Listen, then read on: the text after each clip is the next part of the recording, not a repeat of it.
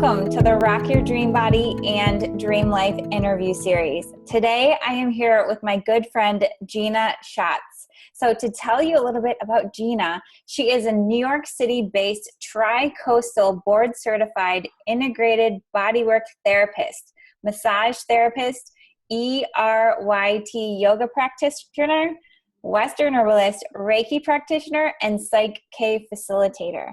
She's the go-to girl when you want to eradicate pain or dysfunction by treating it from the source, not the symptoms. As an advocate for optimal wellness, she takes a simple yet powerful set of principles and turns them into therapeutic transformations while optimizing and integrating your physical, mental, and energetic body. So welcome, Gina. Thank you, Sheila. You look cute when you read. I know. Cute. I have it right here in front of me. Yeah. What's funny is, so I get nervous sometimes when I'm reading too, because I'm like, oh man, I want to make sure that I say every single piece so that it makes sense, and then whatever, just have to stay out of my head. So I'm so excited for this conversation today, and I think that your work is so powerful, and it's something that can really help people tune into their bodies from more of this mechanical sort of a mindset, and really understanding how we can support our body in thriving. And so to kind of begin the conversation, I'd love to begin by talking about how you began rocking your dream body and your dream life by your definition. Okay. My dream life and my dream body started almost overlapping immediately, which is really exciting. I don't have many hobbies that I haven't turned into a lifestyle and a way of working, if that makes sense. So I was in college getting my undergraduate degree and trying to figure out what I wanted to do. And then I found massage therapy school, or massage therapy as a profession. And I went to that school at the same time as my undergrad. And I was working really hard and really excited about what I was going to do with those degrees. And I was raised the way most of us on normal American food, if that makes sense. I mean, we didn't have Velveeta in my house, but we had Kraft macaroni and cheese and, Entenmann's pastries, not to, point out any particular brand, but it was packaged American food. I mean, that's what I grew up on. And that's all I really knew. But I was a vegetarian since I was a kid. So I always was treated a little differently from my family because they didn't understand why I didn't want to eat meat, but I just never wanted to as a kid. Not obviously from a health perspective. I was too little to know what that meant. I just didn't like it. So I knew that I had some freedom to kind of go off on my own with food because I was treated sort of separately. And right around that time when I was deep into my college career, if you will, I ended up with cancer. And I remember the call very clearly. I went to the college campus doctor for a regular checkup like you do, because that's included in college. And I remember getting the phone call and she was panicked and I was panicked. And I just knew that I didn't want to do anything that I was going to regret, and that I really needed to follow my intuition about what I needed to do to move forward. And I just started looking at my food and looking at natural supplements and continuing to live the way I had been in training to learn how to work. So, in massage therapy school, you're learning about the body. And in my undergrad degree, I was getting a degree in physical science and psychology. So I was learning about mind and body there too. And I wanted to just take what I knew because it sounded right, it just sounded like the truth. And I wanted to go that path. So it was around that time that I was also just beginning my studies with herbs, like right at the beginning. And I was a little nervous to go that route. But again, I just followed my gut and I knew it was right. And I had a couple scary episodes. But I just didn't go the traditional route, I guess. I went the route that I thought was right. And I ended up healing 100%. And kind of freaking the doctors out about how I did that, and ultimately getting healthier, if that makes sense, on the other side of it. And, it was part of my education and my training and part of the way I had lived my life. And I saw firsthand the results, and I knew how scary it could be to stay on the path. And I stayed anyway, and I saw what that did, when you have the gumption to stick with it when you're scared and not sure. And so I just kept sharing what I learned. And that's basically where I am now, 25 years later. So, yeah. And do you feel like that was important for you to experience to be able to help your clients the way that you do today? maybe. I mean, I don't think that we need to suffer to be able to be of service, but I definitely think that the way you suffer and the way you heal can be enlightening. And if you choose to share that, then that's certainly helpful and supportive to someone else. I mean, the way someone else would go through their path, even if we had the exact same diagnosis, is completely up to them. And their makeup and their background, where they came from, is going to alter how they get through that.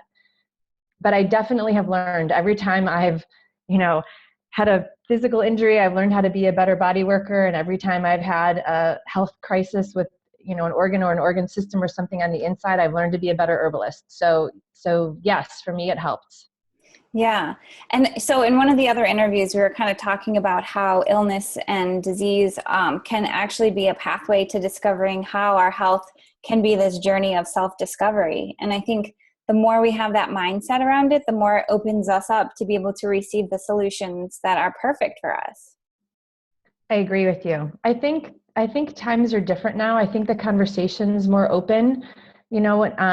I'm not dating myself, but it was a while ago. I mean, 25 years ago, nobody was doing herbs. They thought I was talking snake oil talk. And that was hard to choose to be ostracized so that I could follow my gut.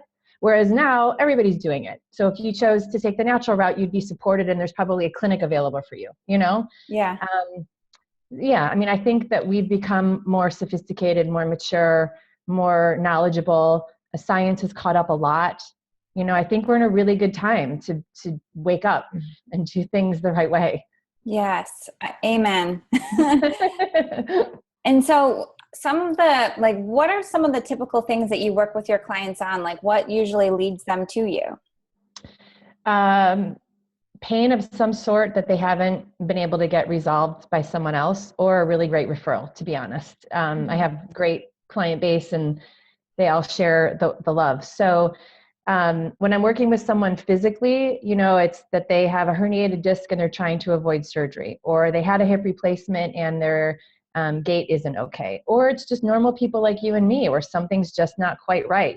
They don't have the same dexterity on one arm or the other in a yoga class, and they just think that they should, and they're right. So it varies, but I'm a wizard at functional mechanics, and I know how the body is supposed to move, and I can meet someone where they're at and get them to a greater place. And I love doing that, and it's awesome. And from a vitality perspective, there was this time when folks were coming to me with pain, chronic low back pain, for example, and I knew that I gave them a recipe that was going to work. We checked their mechanics, we checked their posture, I did some manual work on them. It should work. And we did this 3 or 4 times, and they'd leave feeling okay, and they'd come back with the same pain. Well, I don't do Groundhog's Day very well. I get kind of bored with that. And I don't want someone else to be caught in a loop either, because otherwise, it's not working. What I'm doing is not working for them. And so I started looking a little deeper, and I already had this background with herbs and physiology and my own inner workings. And I was really able to see a direct parallel between lack of sleep or quality sleep and chronic pain that didn't go away.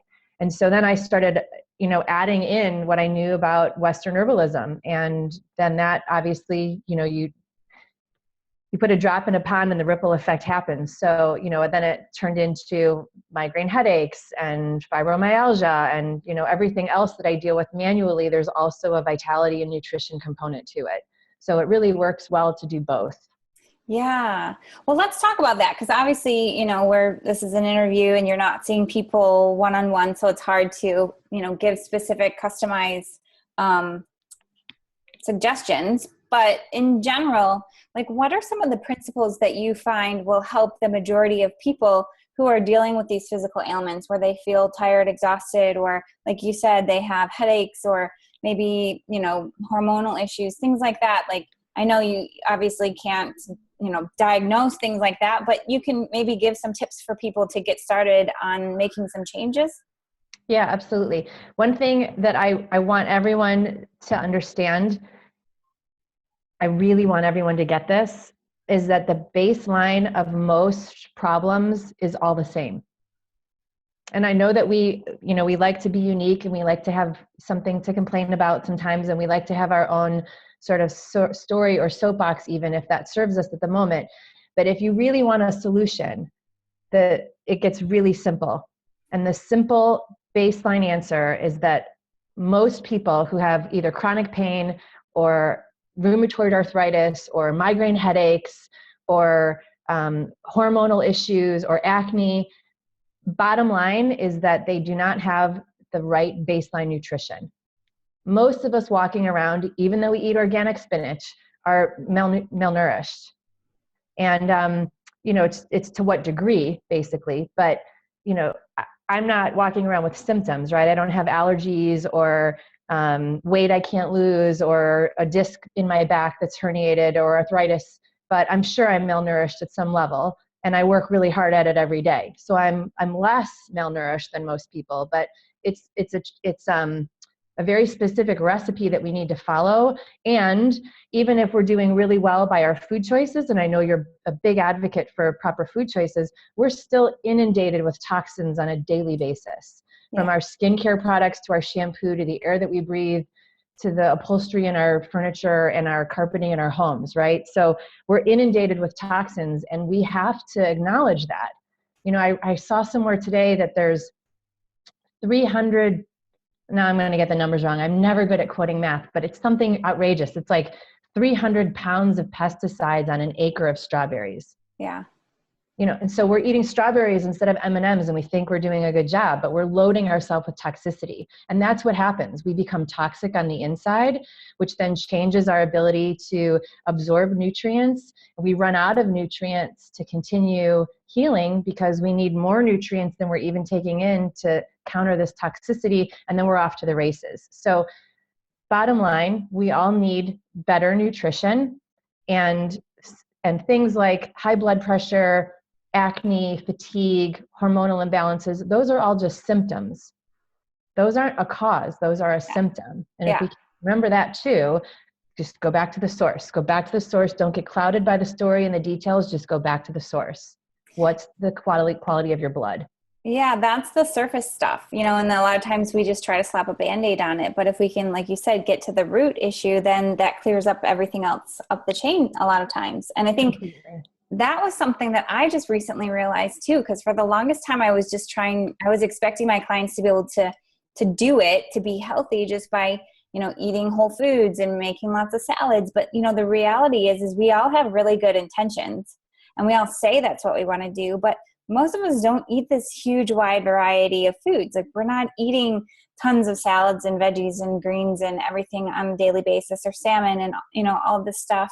And I think that to give ourselves that permission to just, make it easier on ourselves and not freak out about it. Because I know, like, I live in LA, I breathe the air here. There's so many things that we could worry about, but a lot of that is kind of outside of our control. So it's better to put our focus and attention on what are the things that we can do today to improve our health, to support our body in thriving. And that's where detoxification and plugging in nutrients, like nutrients that are very bioavailable, can be very, very helpful.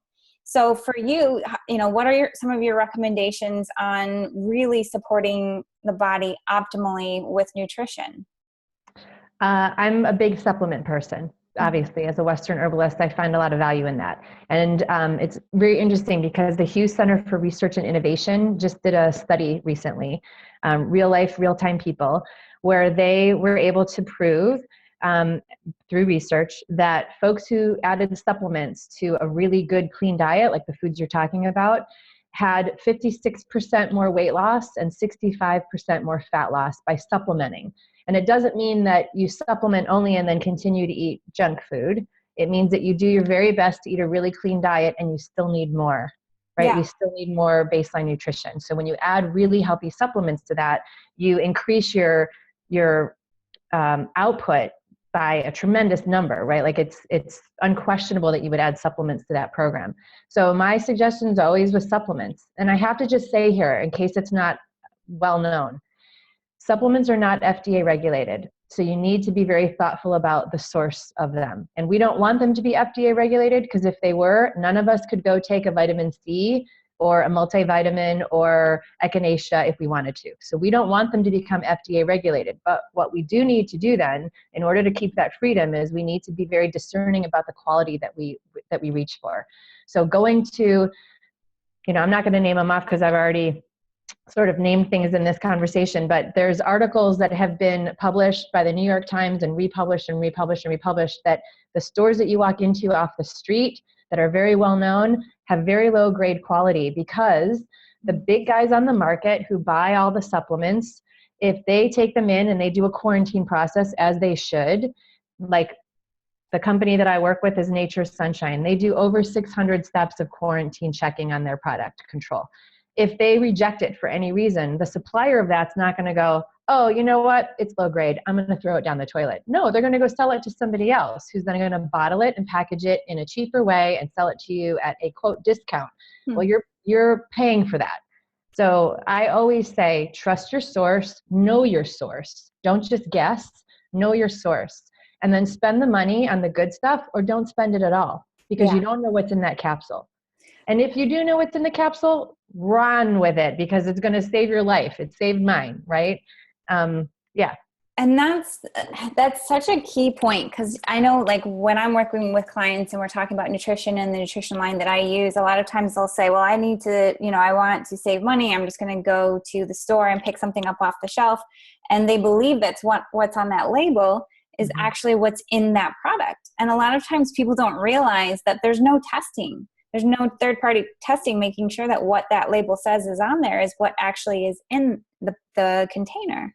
And so there's a lot that I think goes into this stuff, where when you really focus on investing in those high-quality products that have, like you said, that research, you're really investing in the stuff that's going to make a difference. It's not just about putting something into your body. It's about putting something into your body that is that bioavailable version that will go into your cells, and then cleaning out the toxins, like you said too, so that your cells can receive the nutrition, so that your body can start working optimally as a system, really, and when it's working well, then stuff starts clicking, and a lot of times the illness and so forth, like you said, can take care of itself or start to improve. So I know nutrition is part of the package, and you touched on sleep too, and I think that's another area that people tend to neglect or kind of put last on the list of priorities sometimes.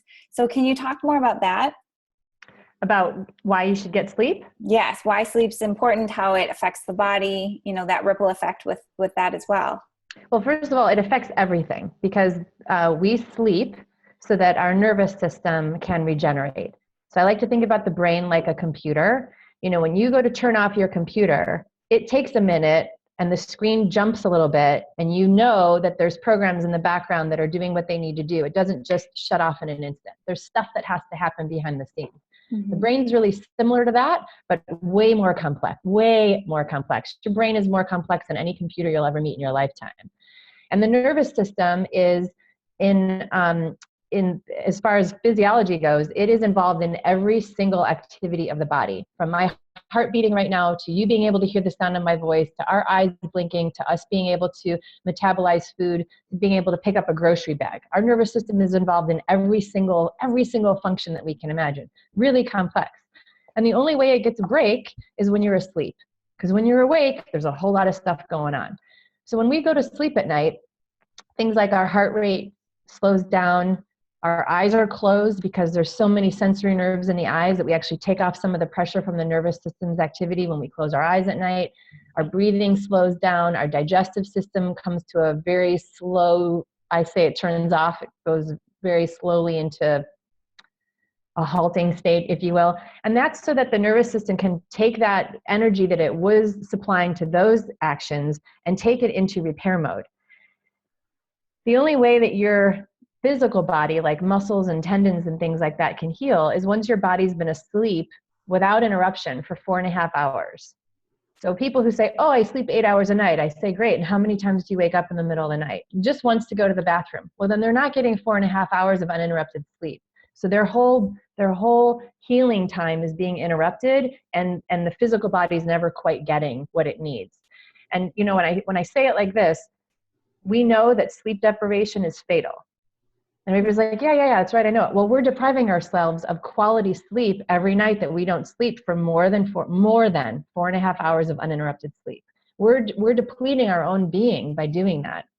So I see what you're saying. So you're saying people know, like, oh yeah, if I went 5 days without sleeping, then of course, yeah, I would maybe die. But they don't realize that when they're not getting quality sleep on a daily basis, it's similar. yeah, it's eroding. It's like if you ate Twinkies every day after your organic salad, there would be a buildup of not good results from the Twinkies, even though you ate organic salad, right? Like, I'm kind of trying to make an analogy here, but what we miss are the small signs, and we don't pay attention sometimes until there's a crisis. Yeah. And what I always look at is that the way the body is designed is intricate but flawless, and if we follow that, we won't go wrong. If we're veering from that a little bit, you take an inch off your pathway 5 miles down the road, you're going in the wrong direction. So we need to know now how to choose optimal actions based on how the body is designed. Yeah. What it needs. So what do you do when, like you're a mom and I know like one of my friends, she just recently posted on Instagram, and I hear this a lot from women too. She's like, I put my daughter to bed tonight thinking I wouldn't see her until the morning. And then I saw her 16 times over the course of the night. Right. So you're like, that sounds great. I would love 8 hours of sleep, but how do I do that? So what do you suggest in those situations? Right. Well, every situation, of course, is different, like you mentioned before. And for someone who's a mom, I honor all of the moms out there. There's something about, I believe that we're sort of taken care of when we're doing things that are natural. And when we have children, it's natural to be awakened for the first few years of their life. Doesn't mean that for those people who are new parents who are exhausted right now are going to hear the sound of my voice and find comfort in that. But I don't want people to create a panic over something that's normal and natural. Mm-hmm. But for those people, they probably do need some more, phytonutrients. Like there's 3 things I could recommend right now that would be really helpful for people who are, it's a stressor on their system. So they're under stress, and their nervous system and their baseline nutrition needs to be amped up in order to maintain the healthiest version of what they need to do during that phase. But what I'm really referring to is people who don't need to do it because they're caring for another sentient being. They're doing it by choice or even by laziness or fear. Like there's some people who say, I just don't like to go to bed at night. I just don't. I find comfort in the TV. Well, there's something else that's going on there that probably would be so healing to look at, and you wouldn't be sleep depriving yourself. So let's look at that. Let's look at how we can get you to go to sleep so you're not making that choice when you know better and you don't have a child that's keeping you awake, Yeah. So what about that? Because there are so many people who go to bed at night with a TV on. Like, what effect does that have on your sleep quality and your body's ability to calm down, your mental? It's terrible. It's absolutely terrible. So I had, I'm an energy practitioner too, and I had one teacher who, whether it's true or not, he said that he could see organs. And when his wife would fall asleep in front of the TV, he would walk into the room and he would see her spleen vibrating. So energetically, that was his perception of why not to do it. Why I don't do it is based on anatomical, physiological need. And blue lights from technology stimulates your pineal gland, which is in your brain. And when one of your endocrine glands is stimulated, they're all affected by that. And you don't want your endocrine glands to be stimulated other than how they like to be stimulated, because they produce all of the hormones in your body. It's your inner psychopharmaceutical lab, if you will, and you don't want to tinker with that recipe. You know what happens in a chemistry lab when something goes wrong? You get a little volcano in the petri dish. You don't want that inside your body. You want your hormones to be regulated so that all of your systems can be regulated. So you don't want to tinker with any one of your glands. Another one that we do all the time is we eat too much sugar, and sugar stimulates your pancreas, and it makes it very difficult for your cells to absorb sugar because it's floating around in your bloodstream and it upsets the insulin ratio. Getting a little scientific here, but the point is that your pancreas, while it's an organ, is also an endocrine gland. So if you're eating too much sugar, you're messing up your hormones too. So is caffeine. You drink too much caffeine, it stimulates your adrenals. Your adrenals are part of your endocrine system too. When one of the glands is off, they're all off. You're going to mess up your hormones by drinking caffeine. And the list just goes on. What about water? Do you have any specific recommendations that you have about, I mean, the body's 80% water. So it's like we need to continue to add, flush the system. But I'd love to hear your take on that. Yep, we definitely need more water, but we need clean water. And I know that most people think that comes from bottled water, and that's not true. Bottled water, it's been a great marketing ploy, but bottled water is not always what it says it is either. But you do need a ton of water. And at the top of my head right now, I can't remember what the math equation is, but I do have it somewhere in my notes that I look at all the time. But it's like half your body weight in ounces, essentially. Yeah. And those are the things, like those are the simple things where when you're feeling a little bit overwhelmed, or like if you are that mom that, is crazy, or the corporate woman that has this crazy schedule, these are the little things we can plug in, like more water, better nutrition, more sleep. If we can start to, simplify our schedule and ask for help. Those are the things that can really make such a big difference that can then create the positive momentum for you to continue building from there. And I think sometimes we think we have to go from 0 to 60 overnight, but these kind of things that you're sharing today are really those ways that we can start to really support our body and working better and just functioning better as a system.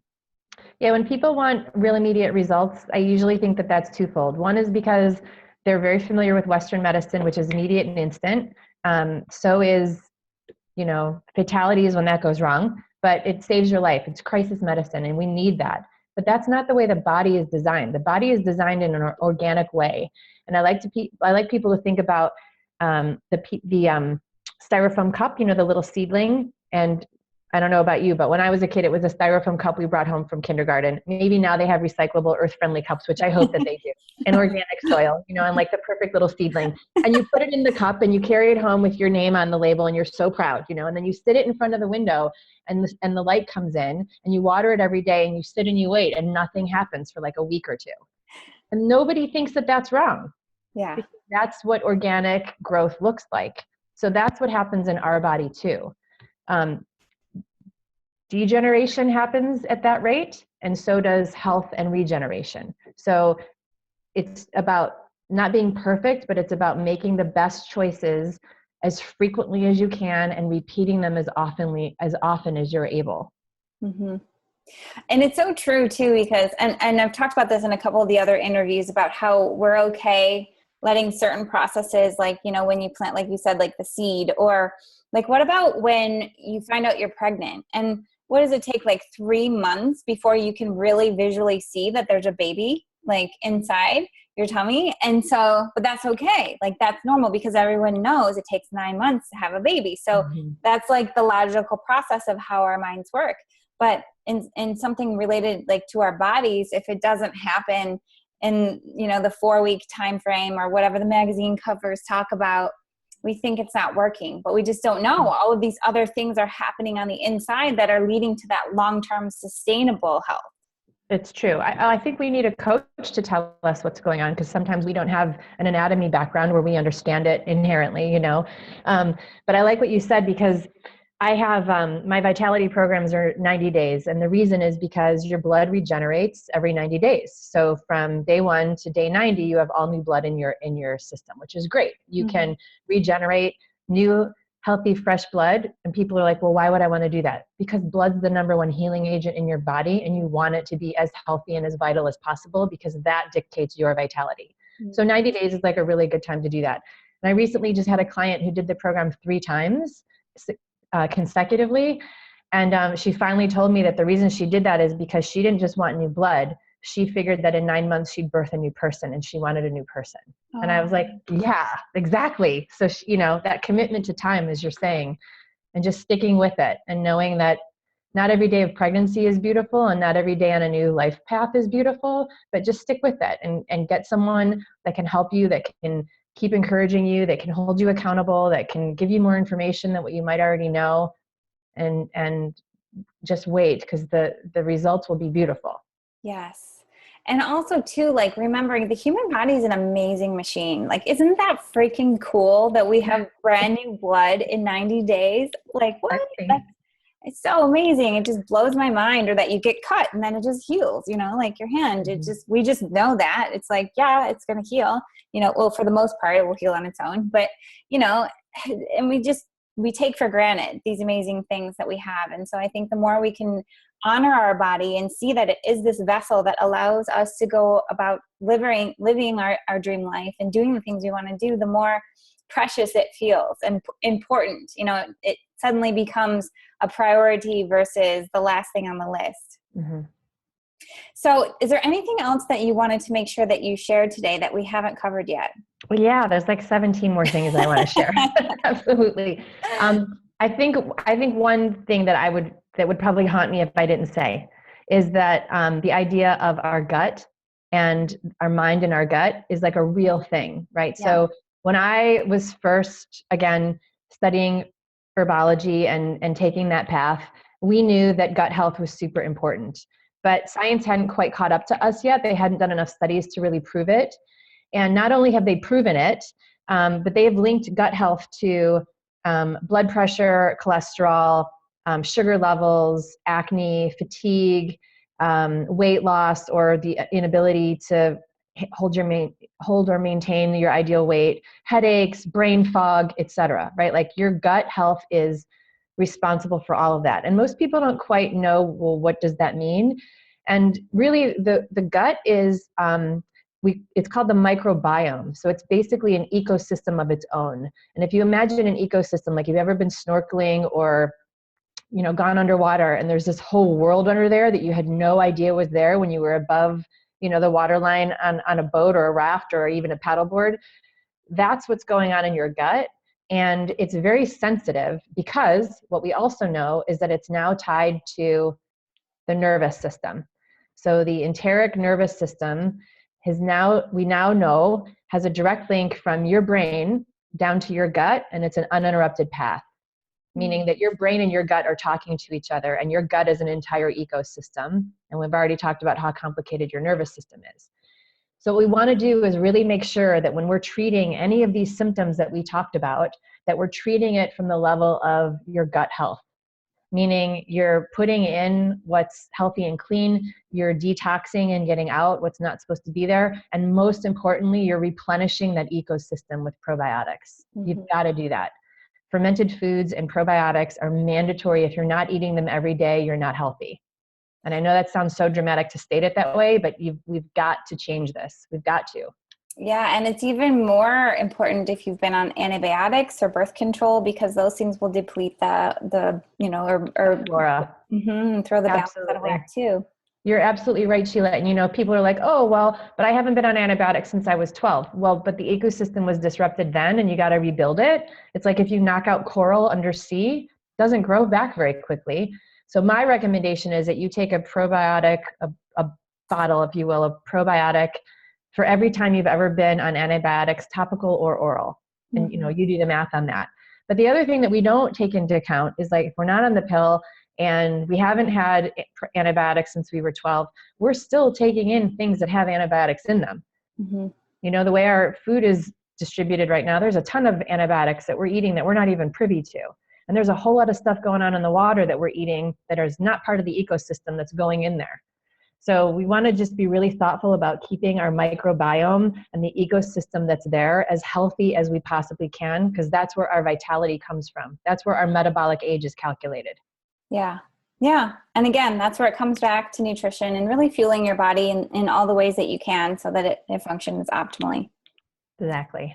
Thank you so much, Gina. This was so much fun. And I want to make sure that everyone has a way to get in touch with you and take this further if they have more questions or they want to, work with you one-on-one. So tell me the best way to reach you. And then also you have a free gift that you're going to be offering them too that I want to make sure that you have the opportunity to explain as well. Yeah, absolutely. So anybody can reach me through my website or my email, gina@ginaschatz.com. And there's an email right on the homepage. If you want to email from the website, that's fine as well. And the free gift is, I'm hoping everyone takes it because there's an online health assessment that takes, just a few minutes. It's not real hard or revealing in any way. But I'd like to give everybody a link to an online health assessment where they can take it on their own, in their own private time. And then if they're interested, they can take a screenshot of their results. So I don't need to know the details of what they added into their health assessment, but they could take a screenshot of the results and I'll help them translate what that means. So if there's any particular system in their body that's struggling more than another and they want to bring their baseline health up to a more vital level, I'm offering that for everybody. I do that privately one-on-one in my clinic, and I'm happy to offer it to your people too. Awesome. We're going to have a link to that below this video so that they can just click on it and then go from there. So great. Thank you so much again. I really appreciate you and everything that you shared today. And again, thank you. Thank you, Sheila. I appreciate you too. Thanks for including me. It's been great. Absolutely. All right, everyone. I will see you in the next interview.